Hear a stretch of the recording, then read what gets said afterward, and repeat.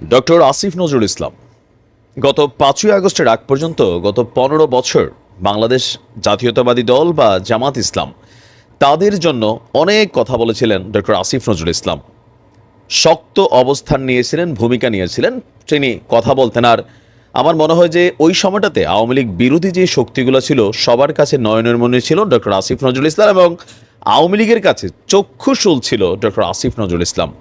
Even এই কথাগুলো বলার জন্য ছাত্রলীগ কর্তৃক তাকে নিগৃহীত হতে হয়েছে, তার অফিসে ভাঙচুর করা হয়েছিল, তালা দেওয়া হয়েছিল, আরও অনেক অপচেষ্টা করা হয়েছিল, কিন্তু তিনি তার অবস্থান ভিকটিমদের পক্ষে, মানে যারা নির্যাতিত হয়েছিল তাদের পক্ষে বা বিপরীত রাজনৈতিক দলগুলোর পক্ষে অবস্থান ছিল।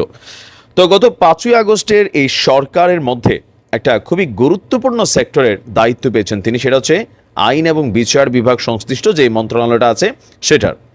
এখন আজকে যখন আপনারা দেখেন যে বাংলাদেশ আওয়ামী লীগকে নিষিদ্ধ করার ইস্যুতে একটা রিট দায়ের করা হয়েছিল আদালতে, আপনাদের খেয়াল থাকার কথা। তো অ্যাটর্নি জেনারেলের যেই ডিপার্টমেন্ট সেটাকে তারা প্রটেস্ট করেছে। এর পাশাপাশি খুবই গুরুত্বপূর্ণ এই পদটাতে বসে তিনি আসলে কি ভাবছেন আওয়ামী লীগকে নিষিদ্ধ করার ব্যাপারে। তবে আমরা এই ক্ষেত্রে একটু আগে আপনাদেরকে বলতে চাই, গত ৫ই আগস্টের ঠিক ২ দিন আগে আন্দোলনটাকে ডাইভার্ট করার জন্য বাংলাদেশ আওয়ামী লীগ তাদের একসময়ের পুরনো মিত্র বাংলাদেশ জামায়াত ইসলামকে পট করে এসা নিষিদ্ধ করে দিয়েছিল একটা নির্বাহী আদেশের মাধ্যমে। তো আজকে সেই আদেশটাকে প্রত্যাহার করা হয়েছে। একটা গণতান্ত্রিক দেশে সবাই রাজনীতি করবে, এটাই আজকে আদালতের একটা নির্দেশনা আসছে।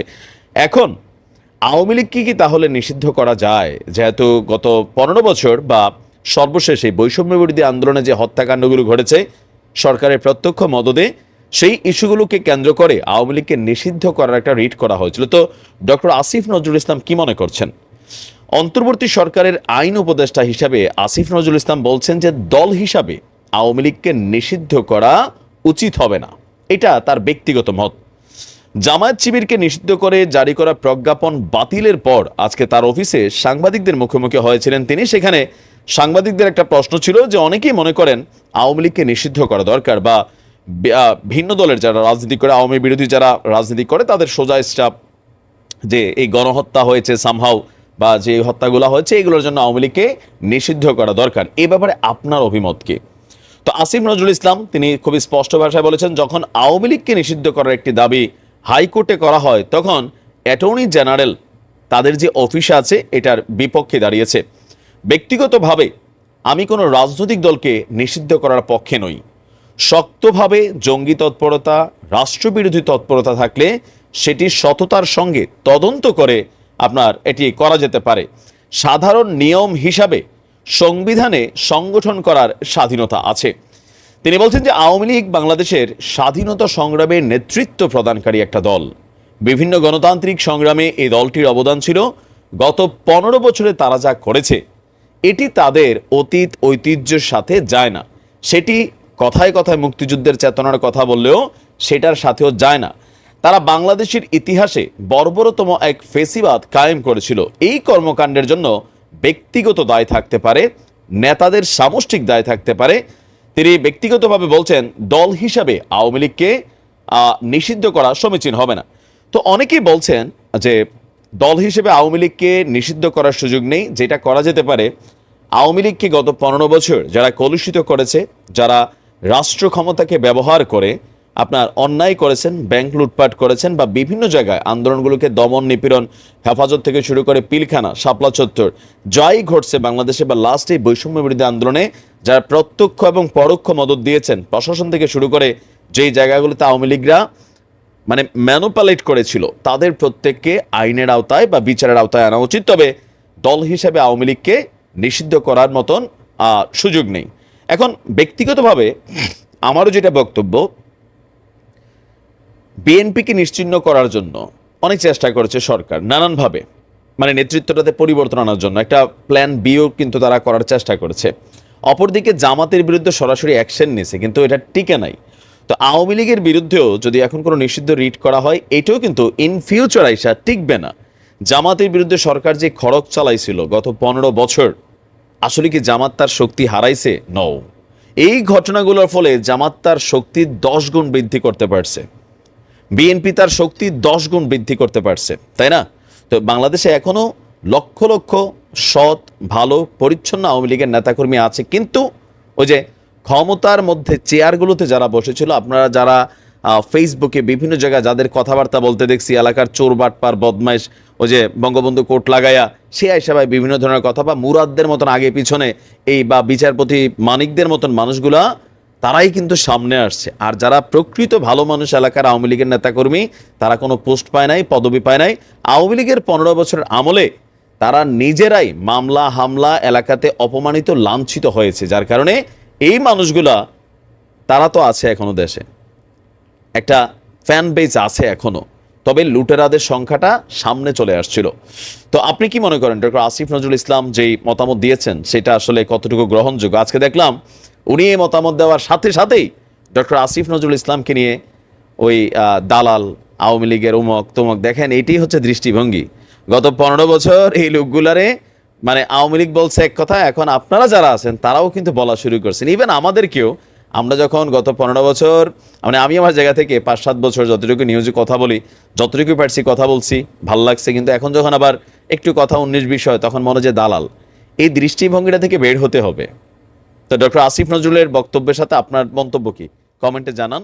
ডক্টর মোহাম্মদ ইউনূস আরো দীর্ঘদিন ক্ষমতায় থাকুক, নাকি খুব দ্রুত নির্বাচন দিয়ে বিএনপির হাতে ক্ষমতা হস্তান্তর করুক? বিএনপির হাতে বলতে বোঝাচ্ছি এই মুহূর্তে একটা সুষ্ঠু নির্বাচন হলে বিএনপি পাশ করবে। তো আপনি কোনটা চান কমেন্টে জানাবেন। কিছুটা প্রেশার ফিল করছেন ডক্টর মোহাম্মদ ইউনূস। এই বৈষম্য বিরোধী ছাত্র আন্দোলনের পর প্রথমবার যখন অন্তর্বর্তীকালীন সরকার গঠিত হয়, তখনকার যে সেট আপটা ছিল, এটা দ্বিতীয় ধাপে একবার নাড়াচাড়া হইল, আজকে তৃতীয় ধাপে এসে আবারও কিন্তু সেখানে আরেকটু নাড়াচাড়া হলো। তো এটাতে কিছু জিনিস আমার কাছে যেটা মনে হচ্ছে যে এই যে পরিবর্তনগুলা কয়েকদিন পরে পরে না করে একবারে ভালো করে বসে সিদ্ধান্ত নিয়ে প্রয়োজনীয় রাজনৈতিক দলকে এখানে কানেক্ট করতে পারে, যাদের সাথে পরামর্শ নিলে ভালো হবে। যেহেতু 18-19 দিন হয়ে গেছে, সো এই সেক্টরগুলোতে যদি 19 দিন যাবত আরো একজন মানুষ দায়িত্বশীল থাকতো তাহলে হয়তো কাজগুলো আর একটু সুন্দর হতো। যাই হোক, কিছুটা প্রেশার নিচ্ছে ডক্টর মোহাম্মদ ইউনূস, আর এই কারণেই তিনি অন্তর্বর্তী সরকারের যে পদগুলো আছে বা মন্ত্রণালয়গুলো আছে, সেই মন্ত্রণালয়গুলোকে আবারও নতুন করে সাজাচ্ছেন ডক্টর মোহাম্মদ ইউনূস। নিজের কন্ট্রোলে থাকা 10টা মন্ত্রণালয় ছিল, সেই মন্ত্রণালয়গুলো থেকে তিনি কিছু ছেড়ে দিয়েছেন, নতুনদেরকে আপনার এখানে নিয়োগ দিচ্ছেন। 27 আগস্ট মন্ত্রিপরিষদ বিভাগ থেকে একটা প্রজ্ঞাপন জারি করা হয়েছে।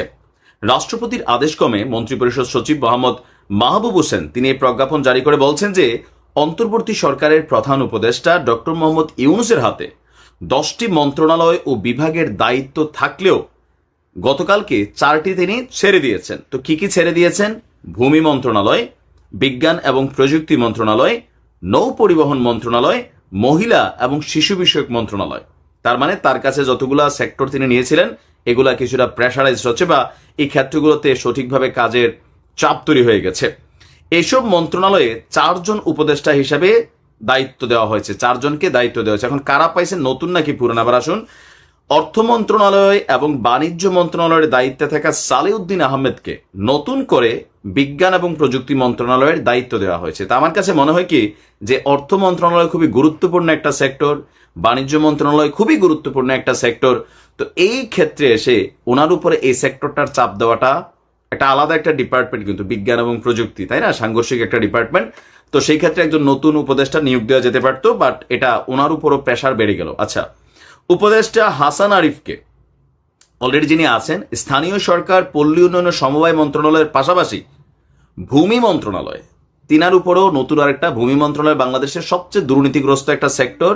যারা জানেন জায়গা জমি কেনা বেচা, দলিল খতিয়ান, এখানে কিন্তু হিউজ পরিমাণ সংস্কারের প্রয়োজন। তো এটাও ওনার উপর অনেকটা হয়তো চাপ পড়ে গেছে। আচ্ছা, বাকি আছে doctor M Sakhawat Hossain, brigadier general যিনি ছিলেন, তিনি না, এটা আরেকজন। তিনি সাখাওয়াত হোসেনকে প্রথমে স্বরাষ্ট্র উপদেষ্টা হিসেবে নিয়োগ দেওয়া হয়েছিল, সেখান থেকে সরিয়ে তাকে বস্ত্র এবং পাট মন্ত্রণালয়ের দায়িত্ব দেওয়া হয়েছিল। এবার সেখানে আবার নতুন করে এর পাশাপাশি ওনাকে নৌ পরিবহন মন্ত্রণালয় এবং ওনাকে নৌ পরিবহন মন্ত্রণালয়ের দায়িত্ব দেওয়া হয়েছে। তো এটা ওনার সাথে মোটামুটি যায়, তিনি যেহেতু আর্মি পার্সন, আমার মনে হয় যে বস্ত্র পাট মন্ত্রণালয়টা খুবই গুরুত্বপূর্ণ মন্ত্রণালয় না, তো সেই ক্ষেত্রে নৌ পরিবহন মন্ত্রণালয় গুরুত্বপূর্ণ, এটা ঠিক আছে, তিনি লোডটা নিতে পারবেন। সমাজ কল্যাণ মন্ত্রণালয়ের উপদেষ্টা শারমিন এস মুর্শিদকে মহিলা এবং শিশু বিষয়ক মন্ত্রণালয়েরও দায়িত্ব দেওয়া হয়েছে। এটাও ফাইন, সেম রিলেটেড একটা ফিল্ড, কাছাকাছি। তিনিও যে দায়িত্বটাতে ছিলেন এখানে এটা নিতে পারবেন, বাট প্রথম দুইজন যাদেরকে দেওয়া হয়েছে সেখানে একটু নতুন লুক দিলে ভালো ছিল। সর্বশেষ গত 16 আগস্ট অন্তর্বর্তী সরকারের 8 উপদেষ্টার দায়িত্ব পুনর্বন্টন করা হয়েছিল। এর আগে 8ই আগস্ট প্রধান উপদেষ্টা সহ 14 জনের দায়িত্ব ভাগাভাগি করা হয়েছিল। এখন তো সামনে যেন আবার এটা না হয়, এটা কেন সমস্যা আমি বলি। 8ই আগস্ট যে দপ্তরটা গঠিত হয়েছে সরকারটা, তখন যদি এই সেক্টরগুলো এরকম পৃথক করে দেওয়া হতো, অথবা পরবর্তী সময় আমরা দেখলাম যে 4 জনকে আবার নিয়োগ দেওয়া হয়েছিল, একবারে নিয়োগ দিলে এতদিনে মোটামুটি যেই সংস্কারগুলো জরুরি এগুলো হয়তো আরো একটু দূর আগায় যেত। কারণ একজন মানুষ ওভারলোড নিলে সেটা স্বাভাবিকভাবে কাজকে ব্যাহত করবে। তা আমরা আশা করি ডক্টর মোহাম্মদ ইউনূসের সরকার লোকবল প্রয়োজনে বাড়াক, আবার সেটা বাড়াইতে গেলে এমন কোনো ক্যারেক্টার যদি মনে হয় যে না এই ক্যারেক্টারটা বিতর্কিত, সেই ক্ষেত্রে রাজনৈতিক দলগুলোর সাথে আলোচনা করে যারা সজ্জন, যারা দেশের জন্য কথা বলেন, কাজ করেন, এমন মানুষগুলোকেই দায়িত্ব দিয়া নিজেদের দায়িত্বটা আরেকটু হালকা করে কাজগুলোকে একটু দ্রুত গতিতে সামনের দিকে নেওয়া উচিত।